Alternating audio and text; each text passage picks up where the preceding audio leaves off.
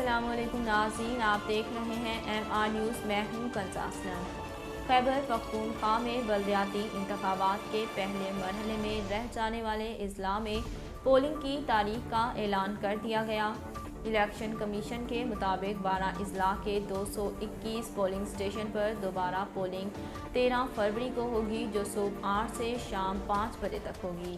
Election commission کا کہنا ہے کہ جن پولنگ اسٹیشنوں پر پولنگ ریکارڈ، بیلٹ باکس اور دیگر مواد چھینا گیا، وہاں بھی پولنگ ہوگی، جبکہ انتقال کر جانے والے امیدواروں کی نشست پر بھی پولنگ کرائی جائے گی۔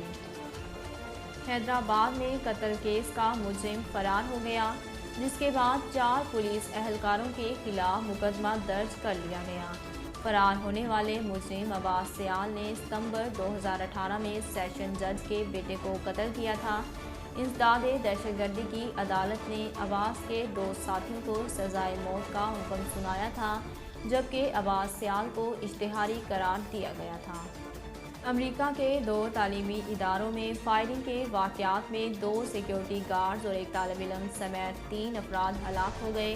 امریکی ریاست ورجینیا کے کالج میں مسلح حملہ آور نے فائرنگ کر کے کالج کے 2 سیفٹی آفیسرز کو ہلاک کر دیا، تاہم پولیس نے موقع پر پہنچ کر مسلح شخص کو گرفتار کر لیا۔ دوسری جانب ریاست منیسوٹا کے اسکول میں فائرنگ سے 1 طالب علم ہلاک اور دوسرا شدید زخمی ہو گیا۔ پولیس نے فرار ہونے والے ملزمان کی تلاش شروع کر دی۔ اینٹی نارکوٹکس فورس ANF اور بلوچستان کی جانب سے کوئٹہ میں مشترکہ کارروائی کی گئی۔ تفصیلات کے مطابق کوئٹہ کے علاقے کچلاک میں چمن روڈ پر کارروائی کی گئی۔ کارروائی کے نتیجے میں بھاری مقدار میں منشیات برآمد کر لی گئی۔ ترجمان ANF کا کہنا ہے کہ برآمد شدہ منشیات میں 215 کلو گرام میتھ ایمفیٹامائن شامل ہے۔ لاہور ہائی کورٹ نے پیٹرولیم مصنوعات بحران کے الزام میں گرفتار سابق DG اوگرا سمیت دیگر ملزموں کی ضمانت پر رہائی کا حکم دے دیا۔ تفصیلات کے مطابق لاہور ہائی کورٹ نے سابق ڈائریکٹر جنرل اوگرا ڈاکٹر شفیع الرحمان، ممبر آئل اوگرا ڈاکٹر عبداللہ ملک کی ضمانت کی درخواست منظور کی۔ عدالت نے director oil marketing company Nadeem but, research officer وزارت انرجی پیٹرولیم ڈویژن عمران علی آبرو کو بھی رہا کرنے کا حکم دیا۔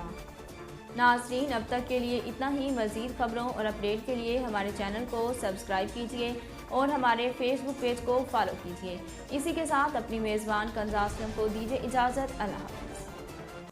اہلیان لیا کے لیے خوشخبری، MR نیوز چینل لا رہا ہے لیا سے روزنامہ MR news. Editor in chief Muhammad Rehan Rohani. اب آپ رہیں گے ہر خبر سے باخبر۔